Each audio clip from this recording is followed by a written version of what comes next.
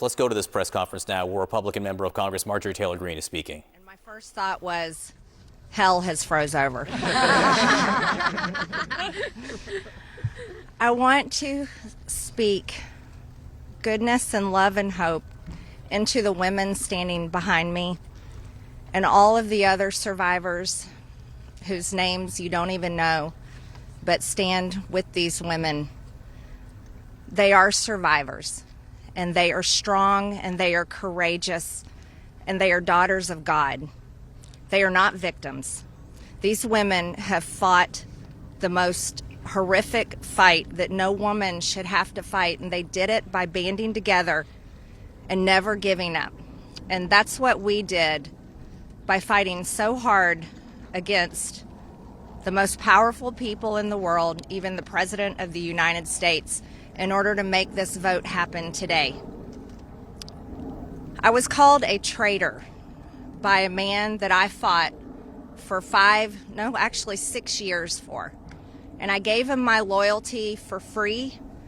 I won my first election without his endorsement, beating 8 men in a primary. And I've never owed him anything, but I fought for him for the policies and for America first. And he called me a traitor for standing with these women and refusing to take my name off the discharge petition. Let me tell you what a traitor is. A traitor is an American that serves foreign countries and themselves. A patriot is an American that serves the United States of America and Americans like the women standing behind me. And I want to tell you that this only became possible today because the American people whom we serve as representatives here in Congress demanded that this vote happen, and they put more pressure on every single elected politician in this city than has ever been put on them. And today you are going to see probably a unanimous vote in the House to release the Epstein files. But the real fight, will happen after that. While I want to see every single name released so that these women don't have to live in fear and intimidation, which is something I've had a small taste of in just the past few days, just a small taste. They've been living it for years. But the real test will be, will the Department of Justice release the files? Or will it all remain tied up in investigations? Will the CIA release the files? Will a judge in New York release the information? That's information that needs to come out. And will the list of names that these women privately hold, and they hold it because of their fear in their heart of what would happen to them if they release it on their own, will that list of names come out? That's the real test. So I want to thank Thomas Massie and Ro Khanna for your bravery in doing something that is much needed in America, crossing the political aisle that has become bigger than the Grand Canyon in America. But these men crossed that aisle on behalf of these women. And that is more of what is needed today in America than ever in our history. So thank you so much. Who's next? Ro, I'll let you introduce. Thank you. Thank you. Thank you. Thank you, Marjorie, Representative Greene, for your courage and your words. Before I introduce our survivors, I just want to say that they will make their statements, and then you can ask questions of Representative Massie, myself, or Representative Greene, but we do not want people asking questions and cross-examining the survivors. They're here to tell their stories, and they should be heard by the American people with respect. Of course, Congressman Massie, myself, and Congresswoman Greene would be happy to answer questions after that. With that, let me introduce the survivor who's helped organize a lot of this, and will be telling her own story and introducing the other survivors. Haley Robson, thank you for your courage and leadership. Absolutely. Thank you all. Oh, good morning. a little chilly coming from Florida, not used to it. I want everybody to take a look. I know everybody sees us today as grown adults, but we are fighting for the children that were abandoned and left behind in the reckoning. This is who you're fighting for. This is who Congress is fighting for. This is who the House of Representatives are fighting for, and hopefully the Senate will fight for us too. I want to kick this off right, and I want to address Marjorie Taylor Greene, Thomas Massie, and Ro Khanna. I want to express my gratitude for all three of you, and I know, Ro Khanna, we spoke earlier. This is an incredible thing that I'm watching as a Republican, and this is non-political, but for you to go against your own party and to be ostracized, there's no place for political violence, there's no place for intimidation, and I can say firsthand, stepping out against Epstein and his crimes against children, we have all experienced that ourselves. So for you to knowingly put yourselves at risk and put your career at risk is unbelievable to watch, and we are so grateful. I also want to make a proposition for Marjorie Taylor Greene, because you've been an advocate for this. If you decide to read those names on the House floor for immunity, I will be more than happy, no security needed. I will stand beside you. I will hold your hand. I will hold your coat in solidarity with you. And on top of that, I did talk to Jayapal, who said she would be more than happy to read those names too on the floor with all of us. It's time that we put the political agendas and party affiliations to the side. This is a human issue. This is about children.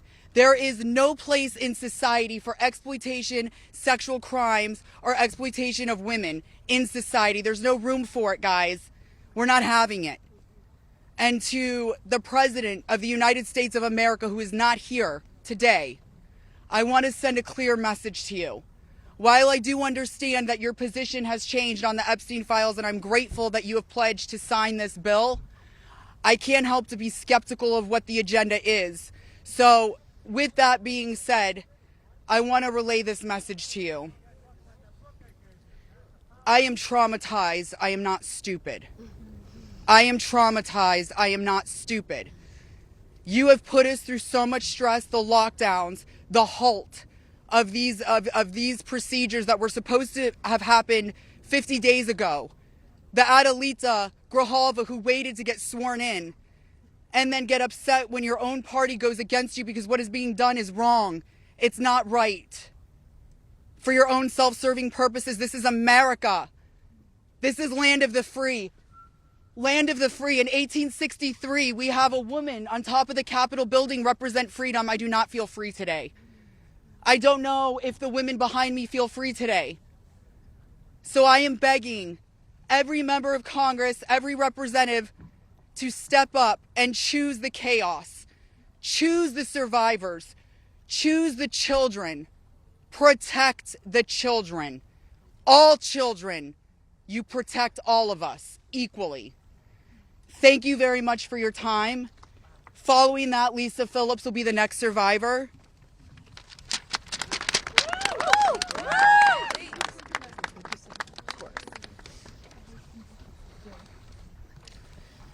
Good morning. My name is Lisa Phillips. It's an honor to stand here again for something America is finally united on: the immediate release of the entire Epstein files. In a divided nation, this is one demand we all share. Last time I stood here, I made a promise to all survivors watching. If those in power refused to release the truth, we would start uncovering it ourselves. For anyone who doubted that moment has already arrived. Since that day, more survivors across the country and around the world have reached out. Text, emails, DMs, first-hand accounts, and evidence. Many are women who were abused or trafficked through the international modeling pipeline Epstein built, promising visas, apartments, opportunities, futures, while exploiting their dreams for abuse. Most are still terrified to speak publicly because the men involved are powerful. They're connected, and as we know, they're protected. For too long, survivors have watched others speak for us. And while we are grateful for our allies in Congress on both sides, we've realized something. This fight belongs to us. We lived it, and we know the truth. And we will not wait quietly for institutions to decide when we're allowed to speak. The survivors now coming forward have entrusted us with their stories. We are sharing that information with the proper authorities, and when it can safely be made public, it will be. So today, we are launching something historic. The first national survivor-led political movement in America. Nonpartisan, laser-focused on exposing the systems, the loopholes, power structures, and silencing mechanisms that have protected predators for far too long. We are stepping directly into the halls of power, into the political arena. We will help rewrite laws that failed us and build protections for our nation's children together, targeted by sexual exploitation. Together, today, survivors begin our own fight, the survivor revolution. And we intend to change this nation for the better. If you're a survivor who wants to join us, please reach out. And to anyone who benefits from the current system, intentionally or not, remember this. Alone, yes, we are afraid. But together, we are feared. Thank you.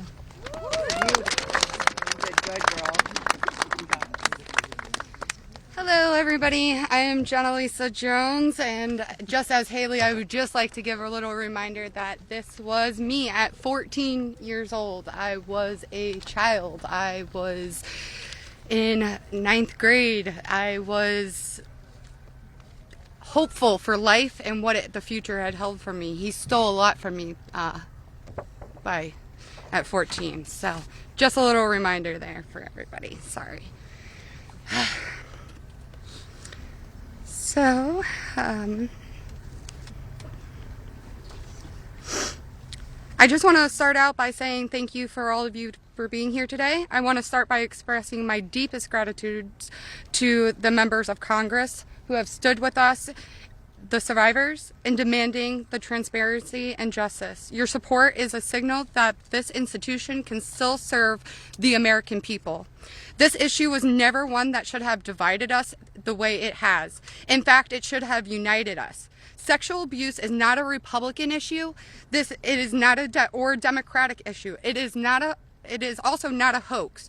We are here as American survivors of a man who used his wealth and power to hurt young girls and women. The world should see the files to know who Jeffrey Epstein was and how the system catered to him and failed us. Emotionally, this process has been distressing. First, the administration said it would release everything and then applauded President Trump for that. Then it fought to release nothing. Now that checks and balances of our democracy have worked and the bill is getting passed to release the files, we are hearing the administration say they intend to investigate various Democrats who were friends with Epstein. I beg you, President Trump, please stop making this political. It is not about you, President Trump. You are our president. Please start acting like it. Show some class. Show some real leadership. Show that you actually care about the people other than yourself. I voted for you, but your behavior on this issue has been a national embarrassment. It is time to take the honest, moral ground and support the release of these files, not to weaponize pieces of the files against random political enemies that did nothing wrong, but to understand who Epstein's friends were, who covered for him, what financial institutions allowed his trafficking to continue, who knew what he was doing but was too much of a coward to do anything about it. Jeffrey Epstein and Ghislaine Maxwell were able to recruit and abuse young girls and women. Then the country will learn nothing, and has horrible history will repeat itself if we do not do something about this. Thank you to the brave congressmen and women who have stood by us and recognized our side is the American side, and we should all be proud once again to be Americans. I want to just extend my thank you so much to all three of you, very, very much. The first time we were here listening to the, people yell shame at you. And when she was here in support of us, really hit home and spoke some volumes. And I just very much appreciative of your support, and we stand by you. Don't let any of them bully you. We're here for you. Thank you, guys.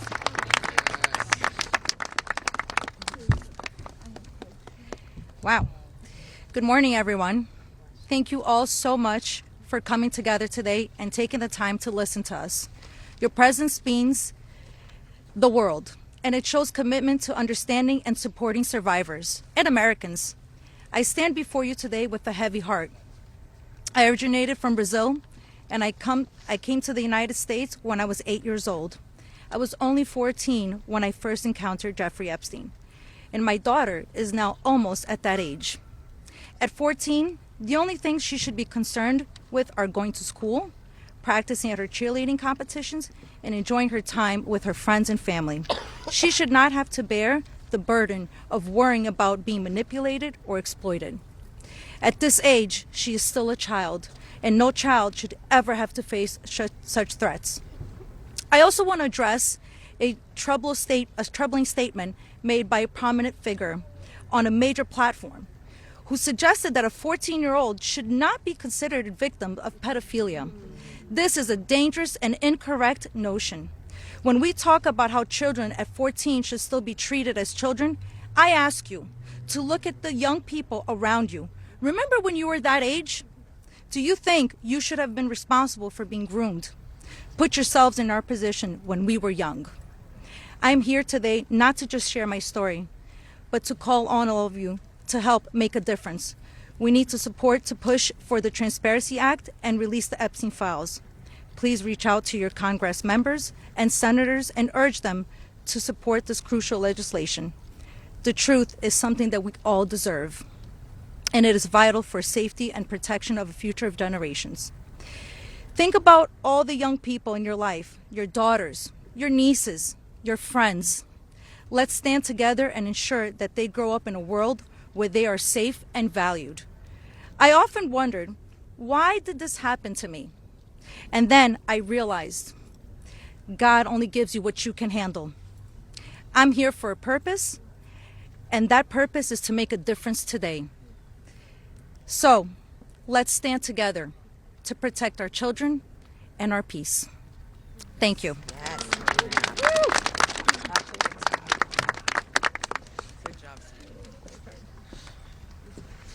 Good morning. I want to say a few things before I begin. My speech may not be great. It was thrown together last minute as I only came here, decided Friday, when one of us, who has spoken several times, decided she couldn't come because of the threats. She was too scared. So I want to say, when you threaten one of us, you're threatening all of us. Yep. We are together now, and that's never going to change. This is me at 16 when I met Jeffrey Epstein. Now I'll start. It is an honor to stand here before the American people. However, I shouldn't have to stand here at all. I'm here because as a child, I was pulled into Jeffrey Epstein's world, a world built on exploitation and manipulation of innocence and the protection of powerful men and women who believed that they were untouchable. Today, we'd rather be preparing for the holidays. We'd rather be at home with our families, baking with our children and decorating the Christmas tree as we try to move past this horrific moment that has impacted our entire adult lives. However, that's not possible because it's become something it should have never been, political and sensationalized. The truth is simple. We were victimized as children and failed repeatedly by the very system that was supposed to protect us. That's why we stand here today, to demand justice and accountability, not just for Epstein and his crimes, but for every predator and every enabler who participates in or protects abusers. The Epstein case was gravely mishandled consistently and deliberately over many years. Epstein could have been stopped decades ago, but instead he was able to continue his abuse. even during his sweetheart deal, yes, with his ankle monitor on, and beyond. A deal that protected him and silenced us. While I was a child fighting to survive what happened to us, federal prosecutors were negotiating ways to shield powerful adults. And the failures didn't stop there. Our civil cases were met with hostile judges and delay tactics, intimidation, and PR campaigns designed to smear us in the public eye.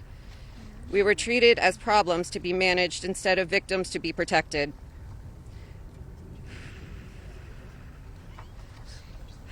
Today, something has changed. Individually, our voices were whispers. Together, they've become impossible to ignore.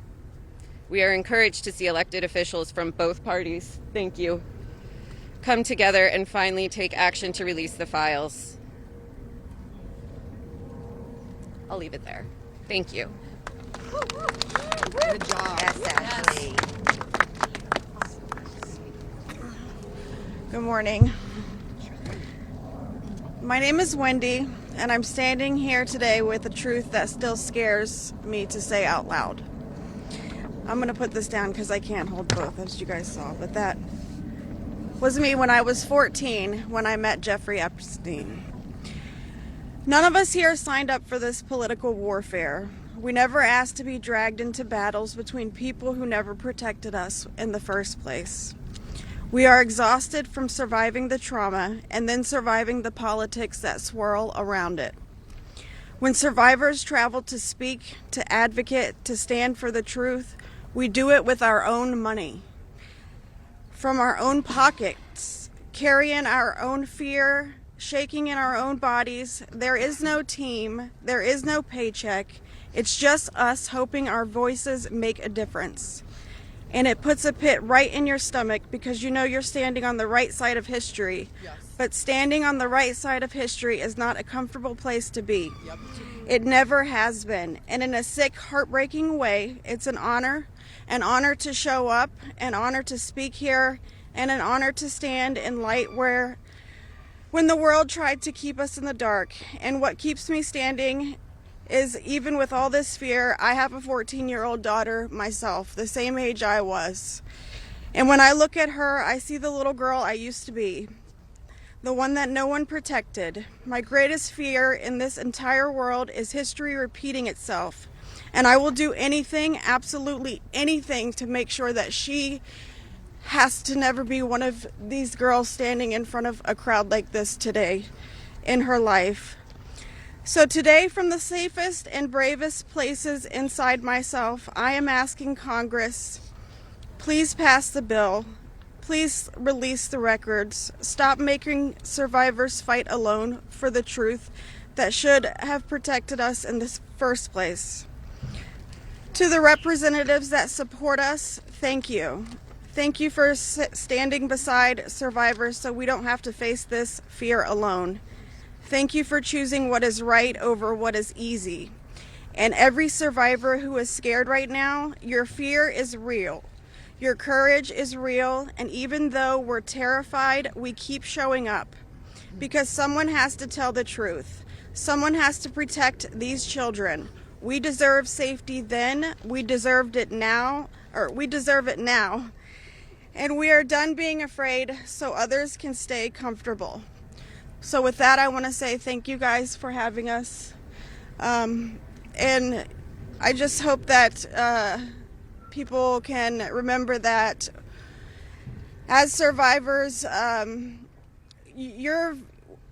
story never leaves us, but the choice that you make to pass this bill, your career is in front of you.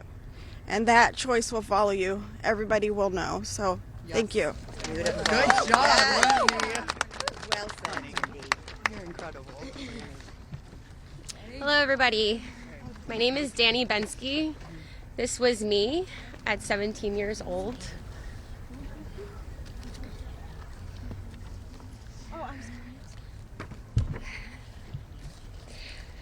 Coming from the dance world, I was recruited in 2004 after a systematic breaking down where Epstein leveraged my mother's brain tumor scans.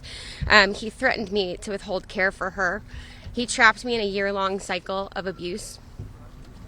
The last time I was here in Washington, D.C., I talked about being a part of this beautiful mosaic of women behind me, and they are exactly that. They are a beautiful mosaic of energy and passion and love and life. I am one story of 1,000. You think of that number, 1,000. I spoke of how big our hopes and dreams once were, and I talked about how they were completely shattered at the hands of Ghislaine Maxwell and Jeffrey Epstein. Now I look at this amazing community behind me. They are survivor sisters. We are together. We stand together in this. And I realize that we are a representation of women across America. We come from different backgrounds. We have different religions. We are different races, different creeds, different ethnicities. We have different political affiliations. Some of us don't want to be political at all. And yet we stand here together for this cause. We're united in the call for transparency, complete transparency, to find justice. Justice for our younger selves. These pictures that you see, they're real people. I wish I could go back and give my former self a hug and say, this matters and it's going to change, and mean it. We are standing here for justice for the youth of tomorrow, and justice for those who are no longer with us, like the beautiful, brave Virginia Giuffre. We understand that the road is long, but I implore you to stay the course, please. Living in an age where you can get news in 10-second clips on your phone, I know that this is a big task for us, but it's a very personal one for survivors. It's a very personal one for us as a country. So I'd like to ask you to try something right now.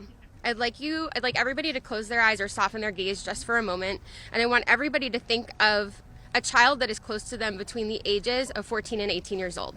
It could be your daughter, it could be your niece, it could be a friend's kids, it could be you at a former age, it could be your mother at that age. But really envision that for a second, 14 to 18 years old. Once you think of that person, I want you to think about what they feel like. What is their energy? What do they smell like? What sound do they make when they laugh? Really think about that child just for a moment. Now I want you to picture a pair of giant looming wooden doors and an overbearing marble landing. Those are the doors to Jeffrey Epstein's house. Do you allow that child to enter or not? If the answer is yes, you would allow entrance. You stand with predators. If the answer is no, then congratulations, you're on the right side of justice. Now you have homework. I am calling for the American people. You have homework. Call your congressional leaders. Call your senators. Please support this bill. Let's get it all released. Thank you very much.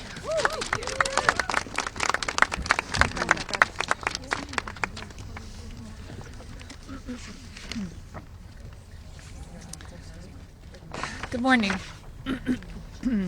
My name is Annie Farmer, and this is a photo of me and my sister Maria Farmer around the time I was 16 and she was 25. That's how old we were when we were abused by Epstein and Maxwell. Survivors have repeatedly stated that our pursuit of transparency and justice is a nonpartisan issue. But given the political noise surrounding this case, I just want to remind people of some of the facts.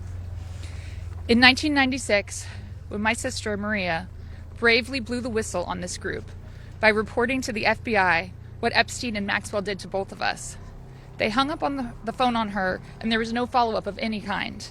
Bill Clinton was president. In 2006, the FBI came to us, finally interviewed us, and asked us both to be witnesses against Epstein. We were very anxious, but we agreed. And then we didn't hear back from them due to their infamous sweetheart deal. George W. Bush was president. In 2015, when the DOJ was sent FOIA requests for Maria's FBI files, and they were denied, as they have been many times, Barack Obama was president. In 2019, when Epstein died in prison due to either negligence or foul play, Donald Trump was president. In 2023, Maria's attorneys sent a letter on her behalf to the government, requesting an investigation into the repeated law enforcement failures in this case, similar to what was done in the case of Larry Nassar. They declined to do so. Consequently, my sister filed notice that she would be suing the government for failing to uphold its legal, ethical, and moral duties in this case. Joe Biden was president. This year, after campaigning on a pledge to finally release the files, under Trump's second presidency, the DOJ announced they were closing the investigation into Epstein's co-conspirators, and then transferred Ghislaine Maxwell into a prison camp, where it is well documented that she is receiving special treatment. This is not an issue of a few corrupt Democrats or a few corrupt Republicans. This is a case of institutional betrayal. Because these crimes were not properly investigated, so many more girls and women were harmed. My sister, because of her bravery, was repeatedly threatened and lived in fear, with dire consequences for her health and her career. 30 years later, even as oceans of allegations and obvious truths have emerged, the government has still not chosen transparency. This is why we have all come together as one united voice to demand the release of all the Epstein files and to finally bring the truth out of the shadows. Yes.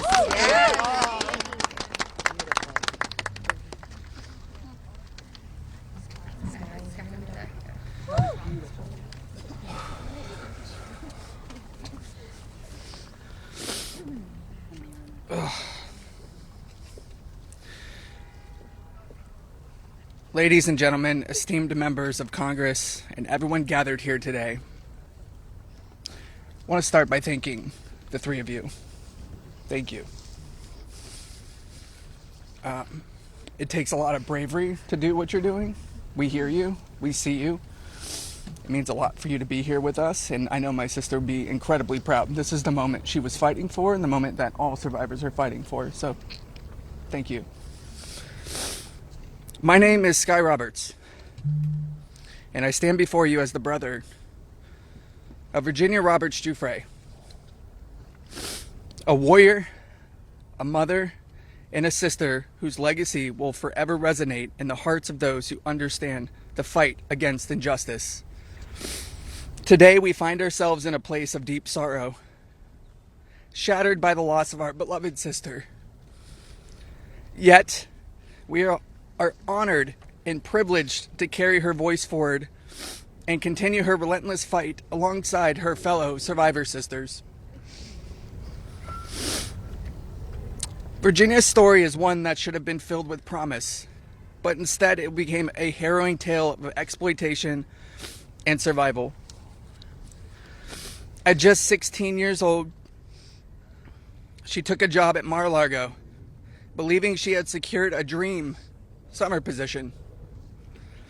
But that dream quickly morphed into a nightmare when Ghislaine Maxwell preyed upon her innocence.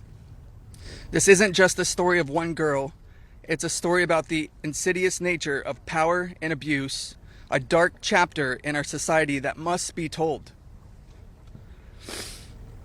Virginia was no stranger to trauma. In her memoir, Nobody's Girl, she shares the painful truth that she had already suffered abuse at the hands of our father and a family friend. But what happened next was unfathomable. Epstein and Maxwell didn't just abuse her, they trafficked her to a network of the rich and powerful. Princes, prime ministers, politicians, financiers, and lawyers. These men committed unspeakable acts against her will, and against the will of countless survivors who stand united with us today. Virginia's strength was tested in many ways that most of us can hardly imagine. She was manipulated, coerced, and threatened, forced into complicity in her own devastation. She often spoke of psychological scars that ran deeper than the physical ones. From the start, she wrote, "They manipulated me into participating in behaviors that ate away at me, eroding my ability to comprehend reality and preventing me from defending myself. The most destructive wound they inflicted was that of forced complicity, a betrayal of self that was crafted by her abusers. But I stand here today to declare that their tactics of fear and intimidation did not work. Virginia's spirit could not be broken. She became a beacon of hope, a warrior, fighting not just for herself, but for every survivor who suffered in silence. She said, "I felt it was my duty to stand up to predators like Epstein and Maxwell. I would put my neck on the line to make sure my daughter never has to go through what I had to endure." These survivors, like Virginia, have transformed into mothers and strong women, fierce in the face of adversity. Many of them have daughters the same age they were when they faced their own abuse. They are determined to break the cycle, to shatter the silence that has kept so many in the shadows. Virginia quoted in her memoir, "There I was, as the mother of 3 children. I felt it was my duty to stand up to predators like Epstein and Maxwell. I mentioned to Ellie in particular, her daughter, I would put my neck on the line to make sure she never has to go through what I had to go through. I said, joining Edward's CVRA case, what I would want somebody to do for my daughter or sister and friend. In the end, I said, I was just trying to do the right thing.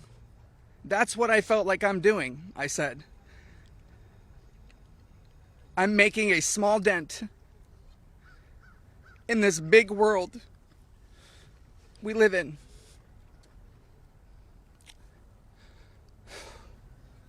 Well, Sissy,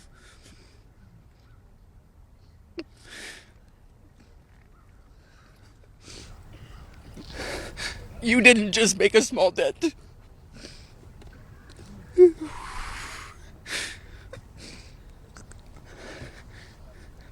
You made a monumental impact, a resounding statement that echoed across the world. You built an unbreakable wall, a barrier that will protect future generations from the horrors of abuse. As we gather here today, I urge each of you, members of Congress, advocates, and all those who hear this message to join us in this fight. We demand justice, accountability, and support for survivors. And we keep getting asked this. What does justice mean, you ask? It starts with acknowledgement. That's the first step. Acknowledge in the face of survivors that this happened and that this is true. Your vote carries that weight. My sister is not a political tool for you to use. These survivors are not political tools for you to use. These are real stories, real trauma, and it's time for you to stop just talking about it and act. Vote yes.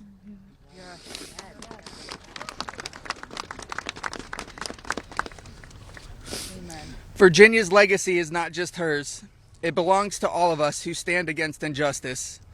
Together, we will ensure that the voices of survivors are heard, that the truth prevails, and that the horrors of the past are never repeated. Thank you. Thank you for listening, and thank you for standing with us. Together, we will not let Virginia's fight be in vain. Together, we will not let the predators win. Together, we will be the change this world desperately needs. Thank you.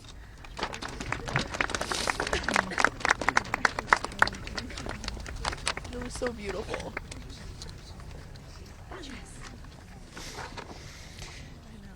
This is me when I met Jeffrey Epstein in 1991. I always share the date when I talk about my story because people rarely acknowledge how long this has actually been going on. And for too long, truth has been buried, survivors have been silenced, and powerful people have been protected. And today we stand in a moment that will decide whether our government still belongs to the American people or to those who prey on them. Because when mountains of evidence and decades of victim reports across 5 administrations still lead to sweetheart deals or no prosecution at all, this isn't just one case gone wrong. It's an institutional failure on a historic scale, and every member of Congress and this administration must answer for that failure. Millions of sexual abuse survivors know the pain of speaking up and watching the institutions that are meant to protect them look away. We're not alone in this. Epstein may be the headline, but the betrayal reaches every corner of our country. And if our justice system can collapse this completely for so long, then Congress cannot pretend that the system is working. Not for us, and not for the generations that will live with the consequences of what they choose now. One long overdue step towards repairing this damage is the Epstein Files Transparency Act. Because without transparency, there's no accountability. Without accountability, there is no justice. And without justice, democracy dies. Yeah. So representatives, you have a choice to show millions of Americans whether you stand with us or with the powerful predators that are counting on your complicity. Thank you. Yeah. Good job.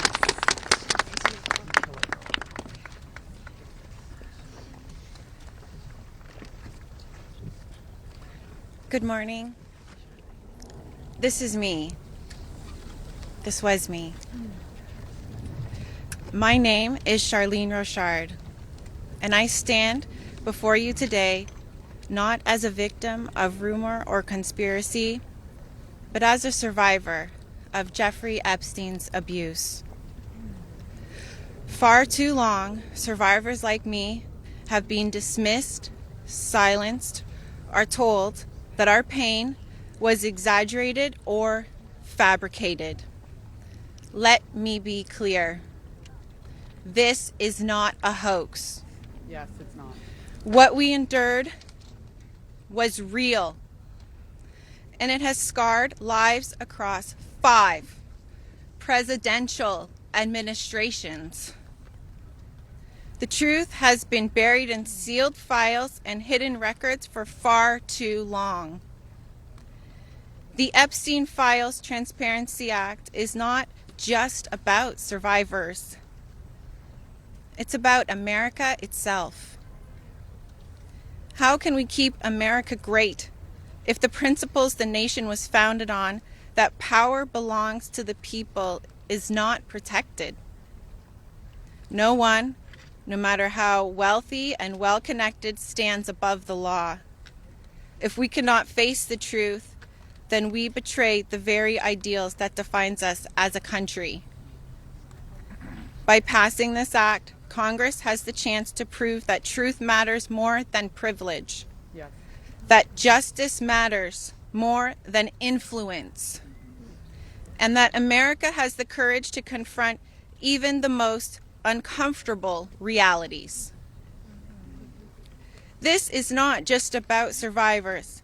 It's about every American who believes in accountability, fairness, and the promise of justice.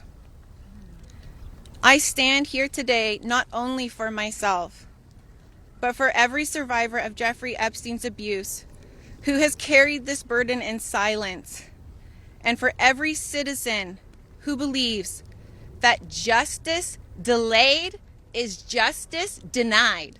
Yeah. I want to thank Representatives Ro Khanna and Thomas Massie for standing with us. Thank you. And I especially want to thank Representative Marjorie Taylor Greene. Her unwavering support, her courage to stand with us and demand transparency gives us strength. Thank you. It shows that this fight for accountability is bigger than politics. It's about humanity, justice, and truth. This is about America's future. It's about whether we, the people, will be heard when we have the courage to stand for truth and justice. Our voices are real. Our pain is real, and our demand for justice will not be silenced. Thank you. Amen. Girl, Charlene. Hello. Good for you, girl. You did amazing.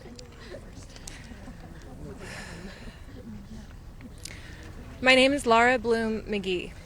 This is my first time speaking publicly about my abuse. As a young woman in New York City, I was pursuing a modeling career and building a life of giving back through my philanthropic work. Instead, I was intentionally groomed and became part of an international model sex trafficking ring that was led by Jeffrey Epstein. I was sexually and mentally abused by Jeffrey Epstein. He used my dreams and vulnerabilities to silence me. Today, I am here to break that silence. Sex trafficking and sexual abuse are crimes against human beings, not political talking points. For too long, Epstein's abuse was an open secret, with his network remained protected. Evil thrives in darkness. We must shine a light on every corner where it hides. Nothing should be off limits in the search for truth. Please vote that everything in the files be released. Let investigations proceed without obstruction. Demand oversight and deliver justice. The government must never side with predators.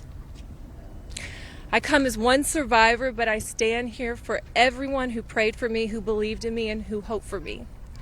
To my fellow survivors, your courage brought me here. We are more than victims. We are mothers, daughters, sisters, friends. This is not a hoax, and we will not be erased.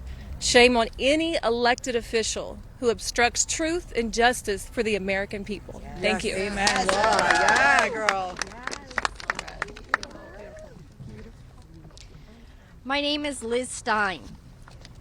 In 1994, I was a senior in college, just 21 years old. I had aspirations of attending law school after graduation, and it looked like I had a bright future ahead of me. 1994 was also the year I met Ghislaine Maxwell and Jeffrey Epstein. My involvement with them changed the trajectory of my entire life. The Epstein files are not about loyalty to any one political party. They are evidence of a crime. We stand here today, victims of the crime of sex trafficking.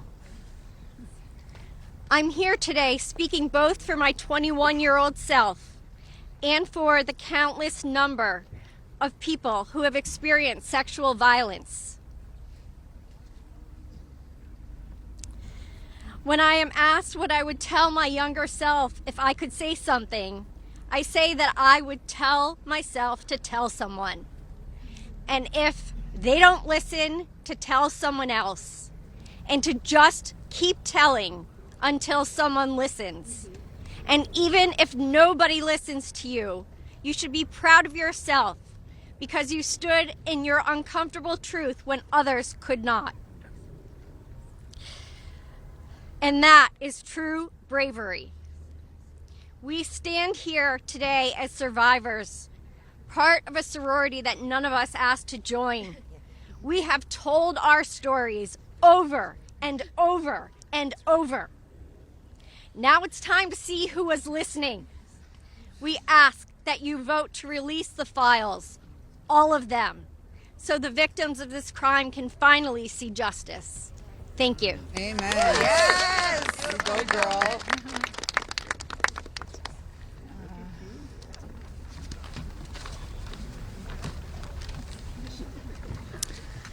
Well, hello, everyone, and I want to first say thank you for your ongoing leadership.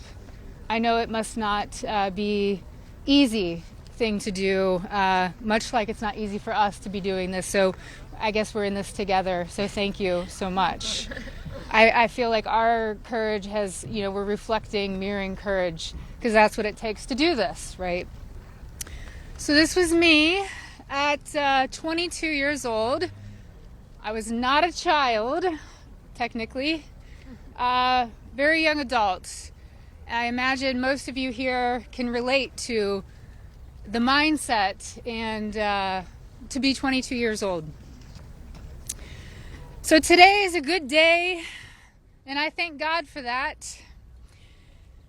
It's widely and undeniably clear that our current political climate is quite rigid and seemingly at war with one another. This sets a stage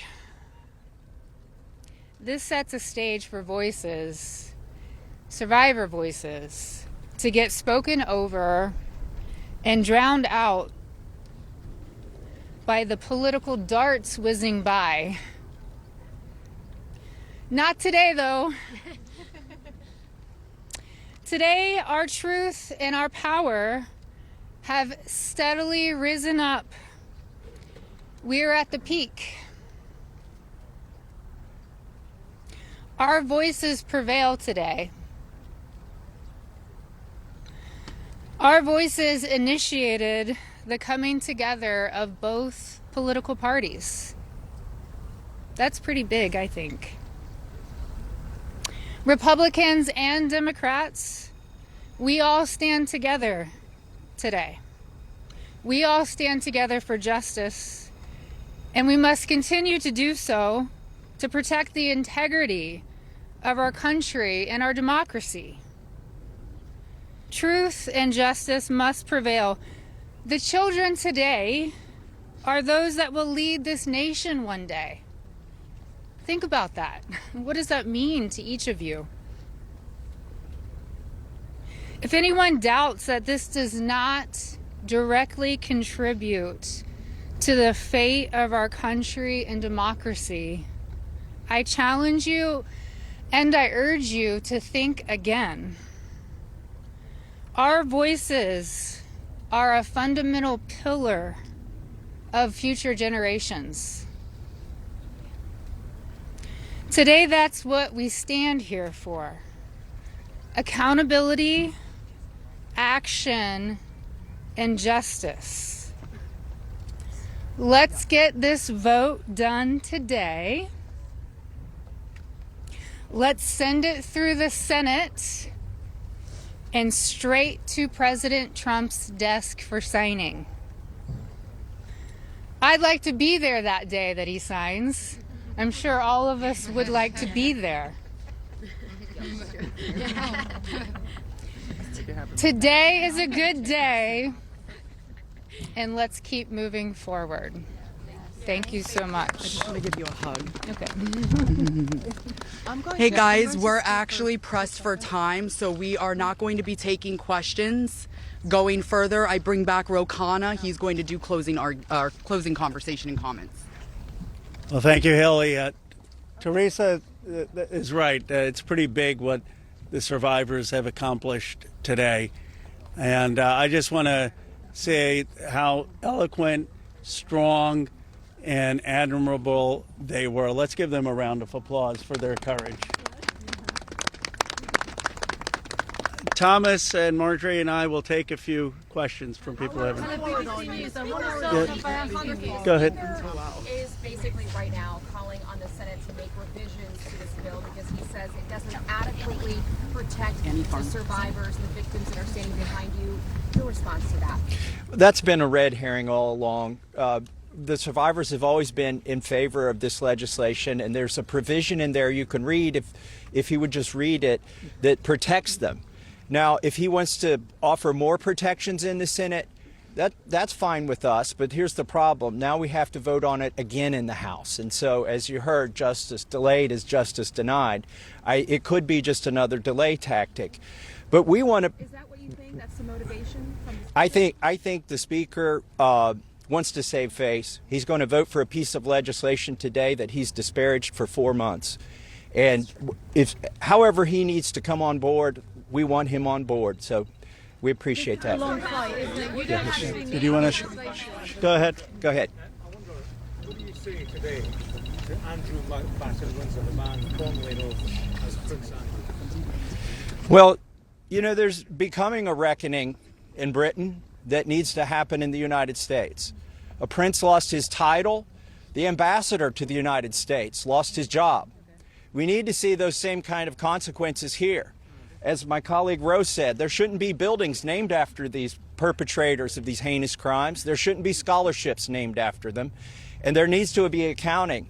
We've seen tens of thousands of pages released by the Oversight Committee. What we've not seen is a single name. So I implore you to look and see if we have true justice and transparency in here. And the survivors will know when that has happened. And I do think that Prince Andrew does need to come and testify at our Oversight Committee, and that can be bipartisan. But I share Thomas's view that the urgency that the British people have shown in getting justice needs to inspire an urgency here in America. Go ahead. Go ahead.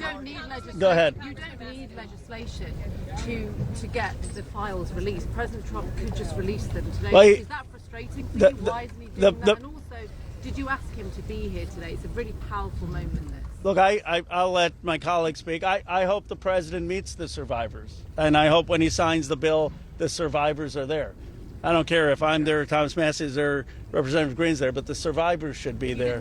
But I hope he meets them, because I think if anyone who meets them and sees their emotion will be moved. And my goal is to get justice here. So I hope he will meet them and really hear what's happened and actually take action. But the broader point is, yes, the president could order the Justice Department to release the files, but in a constitutional democracy, what we're supposed to have is Congress says that the files should be released, and then it's not on the whim of any president. Then the Justice Department is compelled to release those files because that's the law of the land. Let's just take a Have you spoken to any Republicans in the Senate who are looking to move this forward? So Senator Merkley is a Democrat. He's led the exact same legislation that Roe and I introduced in the House. One Republican co-sponsored his bill yesterday, and I have spoken to at least one more who says they will co-sponsor. The important thing about the Senate is that they need not to muck this bill up. There's a lot of attention on here. We've needlessly spent 4 months dragging this out. A duly elected representative, was denied her seat in Congress for 49 days, and it's time to pull the Band-Aid off. The Senate, it may be tempting for them to get cute and to do things that will limit the release of these documents. They are afraid that people will be embarrassed. Well, that's the whole point here. They need to be brought to justice, and embarrassment is no reason to stop it. So the Senate, John Thune, it's up to him. He needs to bring this to the floor of the Senate.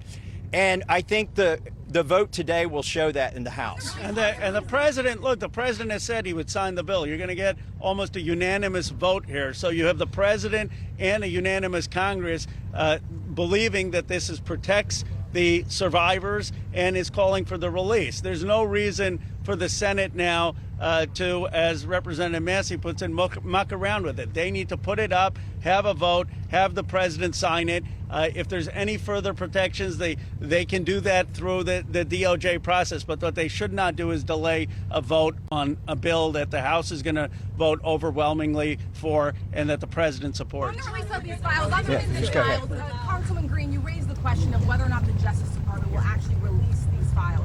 Do you take the president at his word when he says he's going to sign this bill, and do you have confidence that these files will actually be released? I only take people's actions seriously, no longer words. And what do you think the president's actions? And I'll tell you, because I wasn't a Johnny-come-lately to the MAGA train.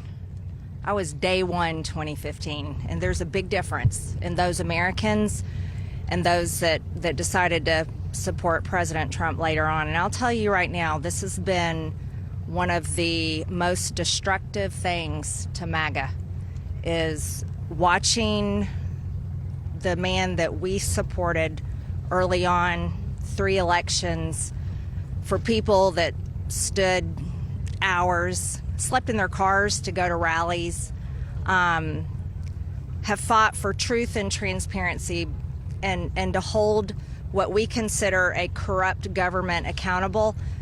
Watching this actually turn into a fight has ripped MAGA apart. And the only thing that will speak to the powerful, courageous women behind me is when action is actually taken to release these files, and the American people won't tolerate any other bullshit. That's where we are today. Thank you. Go ahead. Two more questions, and then we're around all day. Is this a watershed? How would you sum up today in terms of your battle to get to the truth? I would say that these survivors have been fighting for decades, and they finally are being heard by the American people, and we're finally going to have a reckoning for this Epstein class that has gotten away with horrific things. Look, I grew up in Bucks County, Pennsylvania. People went to church, they played Little League, they went to their neighbors for barbecue. They didn't go to a rape island and abuse young girls or traffic young girls. And people with extreme wealth have thought that the laws don't apply to them, and their culture is totally out of touch with the values that built America. And finally, we're going to have a reckoning over it. How worried are you? Let's take the lady here. Let me ask you this. You said you wanted this to go straight to the Senate. What message does it send to the survivors behind you if the Senate doesn't act quickly to move this bill forward? Well, they're not here. They're not going to answer questions, so I'll answer a question. I prefer, actually, it goes straight to the president. He can release these files without the Senate acting. Sometimes they take a long time to get things done. The House figured out a way to take 4 months to get this done.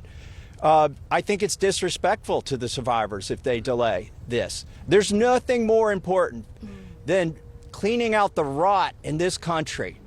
And this is rot, and it's not a partisan issue. And the senators need to get on this. Yes, the economy is important. Yes, international policy is important. But there's nothing more important than getting to this rot and cleaning it out. They should put it at the top of their agenda. As you know, there's a provision in the bill already that would allow the DOJ to not release certain information if it would jeopardize an active investigation. And the president just last week ordered his DOJ to conduct an investigation. What makes you think you would actually, if this bill passes, see these files? There are 1,000 survivors. They can't open enough investigations to cover up everything that's in these files. And yes, it's true they can try to protect a few certain people or a few certain companies, but those investigations will eventually end. And in the meantime, there's not enough investigations to cover up 1,000 different crimes, 1,000 different rapes, 1,000 different sex trafficking instances. And this is not a moot point, even though they are doing that. And once this bill is signed into law, any career official at the DOJ or the FBI who does not comply with the law is at legal risk. It's no longer just up to the president. Look, we could have passed a simple resolution here in the House, and that would have been the end of it. Instead, we chose a very hard path, which is to get legislation, a law passed, which means it has to go through the House, the Senate, and be presented to the president. And that will have the force of law. They will be breaking the law if they do not release these files. Thank you very much. Last question, and then. Why do you think he has fought so hard? If he could do it now, why hasn't he done it? I believe he's trying to protect friends and donors. And by the way, these aren't necessarily Republicans. Once you get to $1 billion, you transcend parties. You just assume you can pay off whatever party is in charge of the White House, whatever party is in charge of the House of Representatives. And this is about those kinds of people. I think he's been trying to protect them. And I think it also incriminates our own government. This is a complete and total failure of the justice system, as the survivors have witnessed here today to us. It incriminates the FBI. It incriminates our intelligence agencies. It incriminates police departments in West Palm Beach. And that's what has been protected by this, either willfully or unknowingly, and it's time to end it. And I would agree with Representative Marjorie Taylor Greene that what matters now is just the action. I don't speculate on what politicians' motives are or what's in their heart. The point is the American people have spoken, Congress has spoken, release the files. It's time for justice. Thank you very much. Thank you. All right, you've been listening to survivors of Jeffrey Epstein's abuse speak out on Capitol Hill, as well as the lawmakers who have been supporting them through this process. As you heard them there, they're calling on members of Congress to release all of the case files on Epstein through the vote. It's going to, if it passes Congress, go to the president's desk. And he said, yes, the president should sign it, and that basically DOJ should be releasing these files anyway. This is an important day indeed. We want to welcome our viewers here in the United States and around the world. I'm Wolf Blitzer with Pamela Brown, and you're in the Situation Room. The House lawmakers will vote on legislation seeking the release of all of these documents. The measure is expected to have support on both sides of the aisle, and in a surprise reversal of his long-held stance, President Trump himself now says he will sign the bill if it makes it to his desk. We have Elena Treen covering the story for us from the White House, and Arlette Saenz is up on Capitol Hill. Arlette, let's begin with you. The House Speaker, Mike Johnson, just told his Republican colleagues that he plans to vote in support of the releasing all of the Epstein files when it comes to a vote in the House later today. Give us the latest on what's going on.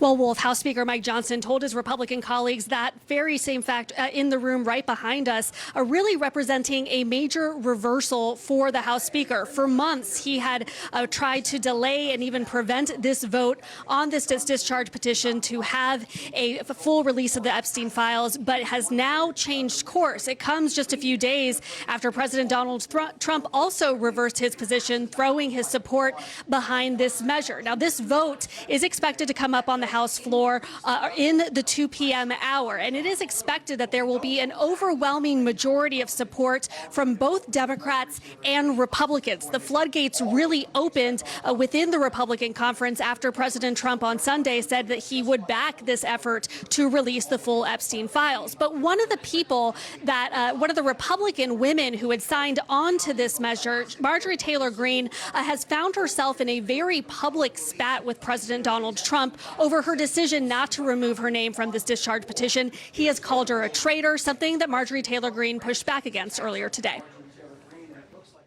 And he called me a traitor for standing with these women and refusing to take my name off the discharge petition. Let me tell you what a traitor is. A traitor is an American that serves foreign countries and themselves. A patriot is an American that serves the United States of America and Americans like the women standing behind me. Now, just moments ago, a top leader in the Republican conference, Congresswoman Lisa McClain of Michigan, said that she believes that a majority of Republicans will vote in favor for releasing the Epstein files later today. But even if this passes the House, which it is expected to do, there are big questions about what happens over in the Senate. Senate Majority Leader John Thune is still weighing whether to bring this up for a vote. In the past, he had said he did not think it was necessary. But what backers of this bill are hoping from the House is that if they do have significant momentum, significant votes in favor of this, that will press the Senate to act and then send this bill to President Trump's desk for his signature. All right, Arlette, thank you very, very much, Pamela. All right, and Wolf, as you know, several survivors of Epstein's abuse had strong words for President Trump directly. To the President of the United States of America, who is not here today, I want to send a clear message to you. I do understand that your position has changed on the Epstein files, and I'm grateful that you have pledged to sign this bill. I can't help to be skeptical of what the agenda is. So with that being said, I want to relay this message to you. I am traumatized. I am not stupid. I am traumatized. I am not stupid. You have put us through so much stress, the lockdowns, the halt of these procedures that were supposed to have happened 50 days ago.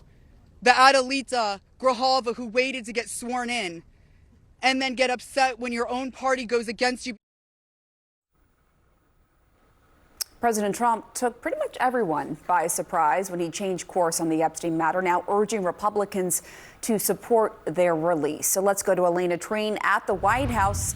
As Haley Robson, one of the survivors, pointed out, there's a lot of suspicion here about the agenda. What more do we know about what prompted the president to change his view on the release of the files? Oh, well, Pamela, and I have to say it was very powerful listening to that full press conference from these survivors. And look, when it comes to your question about the president kind of taking that reversal on Sunday and after kind of fighting members of his own party, I'd remind you just last week he called one of the Republicans who signed on to that initial discharge position to the Situation Room to try and convince her not to sign that.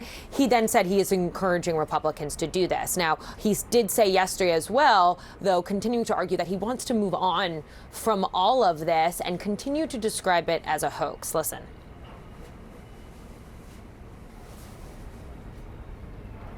We've already given, I believe the number is 50,000 pages, 50,000 pages. And it's just a Russia hoax as it pertains to the Republicans. What I just don't want Epstein to do is detract from the great success of the Republican Party. So a few things there that I want to break down. One is that we're hearing from our conversations with White House officials that the president knew the way that this vote was going to go. He saw the writing on the wall. He was told this by his advisors that they were likely going to lose that. And by opposing it, didn't do a lot politically, of course, for the president on an issue that has continued to consume his administration, the media, many of his supporters who have long been fixated on wanting to see all of the information in these files. And so there was this decision made to, why, if you can't, go against them, you might as well try to own this. But one of the key things he said yesterday that I think is very much worth underlining is that if the Senate, which it was unclear how that would be handled, the Senate were to pass that bill, he said he would sign it. We were also told from a White House official that he would not do anything, and he has not been trying to do anything to block the Justice Department from giving the information if this bill goes to his desk. Of course, I think where the skepticism comes in from a lot of people is that the Justice Department can decide that through any investigations that they are having. We know that they just launched an investigation last week into the Democrats, people like the former President Bill Clinton and the former Treasury Secretary Larry Summers, into some of their relationships and ties to Epstein.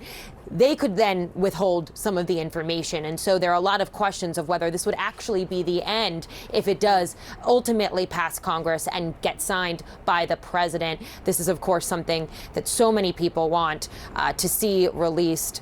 We'll have to see what ends up happening, particularly with the Senate vote after this House vote. Yeah, and you heard Congressman Massey address that and saying if this passes through Congress and the president signs it, that basically, if DOJ didn't release the files, it would be breaking the law. That is what he is saying. But I also want to make the point, yes, DOJ can release the files, but also the president can direct DOJ to release the files, as he has just recently with Amelia Earhart, with Martin Luther King Jr., and with JFK. No, you're absolutely right. And it is something he could have done to save a lot of the 4 months of attention. And you heard the survivors talking about it, Congressman Ro Khanna and Thomas Massey saying that this could have been avoided, this dragging out of this entire process. And that is part of what is so frustrating to the president. And I know that he has complained behind closed doors about he believes that this is sucking up all of the oxygen and taking away from the issues he wants people to be focusing on, talking about affordability and trying to lower prices, all of the other stuff.